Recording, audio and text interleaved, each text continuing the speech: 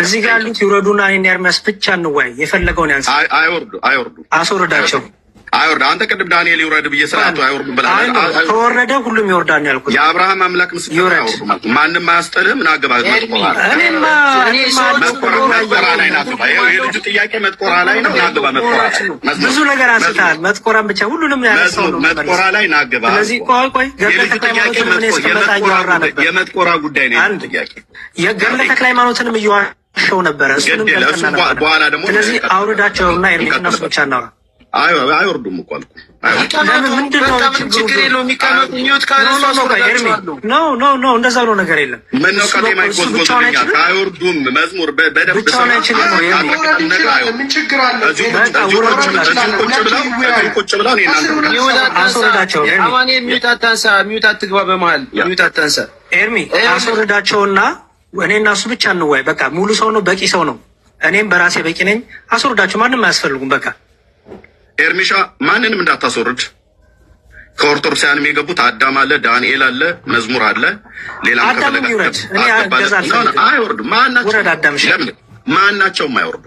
ይውረዱ። ኤርሚ ቢወርዱና የኔ ወንድሞች አይወርዱም። ከፈለግ አስወርዳቸው አንተ በመብት ማለት ነው።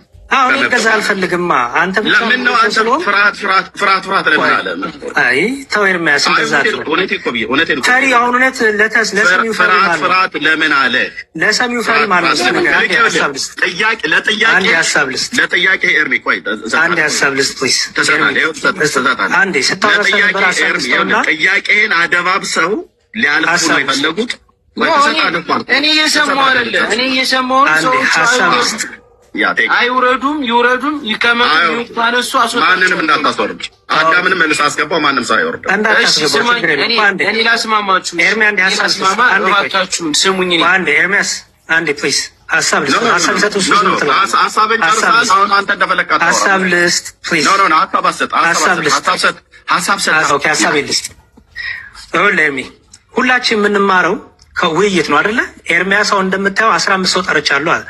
መቼም 15 ሰው ሲጠራ ሰዎች አጅቦ አይደለም የሚጠራው። እኛም ውይይት ስንጠራው አጅበህ ይዘና አንለውም። 15 ሰው ጠርቻለሁ። ወንድ የሆነ እኔ ፊት ይቁም፣ ጀግና የሆነ እኔ ፊት ይቁም ይላል አይደለ? ኦኬ እኔ ወንድ ነኝ ጀግና ነኝ አይደለም። ምክንያቱም ወንጌል ፉከራ፣ ሽለላ፣ ቀረርቶ አይደለም።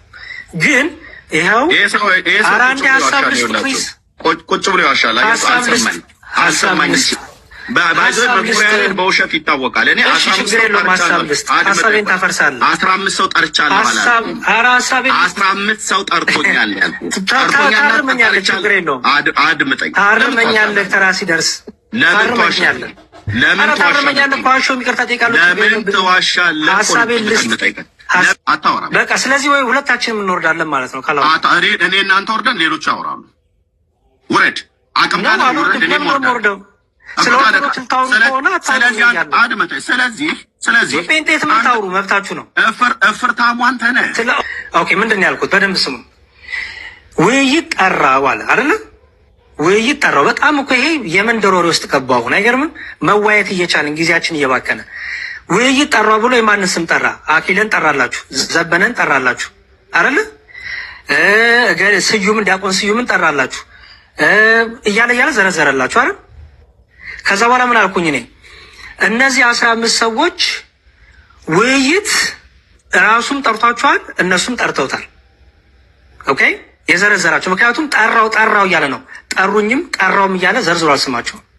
ኦኬ አንዳቸውን መጥቶ ግን ፊት ለፊት ያልቆም የሚል ነገር ተናግሯል። ቀጥሎ ደግሞ ቤቱን በከፈተ ቁጥር ለገሌ ውይይት አቅርቤ ውይይት አቅርቤ እኔ ፊት አይመጡም፣ እኔ ፊት አይቀርቡም፣ ማንም ጀግና የሆነ ይምጣ እያለ በጣም ብዙ ጊዜ ስም እየጠራ አኪለ እገሌ እያለ ማለት ነው። ኦኬ የእኛ ልጆች ደግሞ ሲጠሩት አልተሳደብኩም። ይህ በጣም ውሸት ነው። እኔ እንኳን ለዋሽ ውሸት ይቅርታ ጠይቅም አላልኩት፣ ምክንያቱም አያስፈልግም። አሁንም ባኬንድ ፎርዝ ይቅር ኢቨን አሁን የተናገሩት ውሸት ካለ ይቅርታ ጠይቃለሁ፣ እኔ ችግር የለብኝም። ኦኬ ግን አሁንም እሱ ይቅርና ሁሉ ሰው ይውረድ፣ እኔ እናንተ ብቻ እንወያይ። አሁን ማን ነው አሁን ፈራ ትለኛለህ? የፈራ ሰው እንወያይ ይላል። የፈራ ሰው በቃ ለምን ውይይቱ ጋር አንገባም ይላል የፈራ ሰው። እኔ ግን አንተን ፈራ አልልህም፣ ምክንያቱም በጣም የህፃናት ቃላት ነው እሱ። እንደ ትልቅ ሰው ጺም እንዳወጣ ሰው እንሆንና እዚህ ያሉት ሰዎች ይውረዱ፣ እኔ እናንተ ብቻ እንወያይ ያመጣቸው መጽሐፎች ግለጥ። ከዛ በኋላ እኔም በመጽሐፍ ቅዱስ እሞግታለሁ። መጽሐፍ ቅዱስ ነው ልዩነታችን።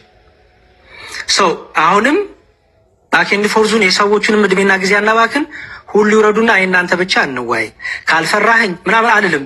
የህፃናት ጨዋታ ስለሆነ እሱ እንደ ትልቅ ሰው ግን የጠየቁ ነው። በድጋሚ ከዚህ በኋላ መልሼ መናገር ስለማልፈልግ ሁላችሁም ውረዱ። እኔና ኤርሚያስ ብቻ ቀርተን ውይይታችን እናድርግ በሰላም ሰው የሚማርበት ሰው የሚያትርፍበት። አይ በቃ ዝም ብዬ አሁንም ከሆነ ኤርሚያስ ምንም ጥቅም የለውም። ስለ ራሳቸው ቤተ እምነት መጽሐፍ ያስተምሩ። የታድሶ ከሆነ የታድሶን ያስተምሩ። እዚህ ጋር ያሉት ጴንጤቆስታል ከሆኑ ሉተሪያን ከሆኑ ቃለ ሕይወት፣ መካነ ኢየሱስ፣ ካልቪን ምናምን ከሆኑ የራሳቸውን ትምህርት ያስተምሩ። ኦርቶዶክስ ስለ ኦርቶዶክስ ካነሱ ግን አንዳቸው ጋር ለብቻቸው እዚሁ ሁሉም ወርዶ እንዋያለን ማለት ነው። በቃ ይሄ የኔ ቃል ነው። ከዚህ በኋላም በጣም ደከመኝ ቢሆንስ ምንም ፍሬ የሌለው ነገር ሆነ። ሰው የኔ ሀሳብ ይሄ ነው። ጨርሻለሁ። ምንም አይወርድም። ብራዘር ኤርሚያስ አስወርዳቸውና ከኤርሚያስ ጋር ብቻ ምነው መዝሙር እንዴ እንደዚህ ላበላብ ወንክ ብራዘር ላበላብ እኮ እርዳታ የሚፈልግ ነው።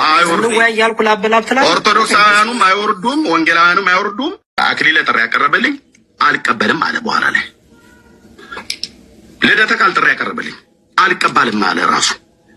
እኔ ለቀሲስ ዲበኩሉ ጥሪ ያቀረብኩለት ለቀሲስ ዲበኩሉ ጥሪ ሳቀርብለት ዘማርያም የሚባለው ሰውዬ የደምረውንም ጥሪ ያሰረዘው እሱ ነው።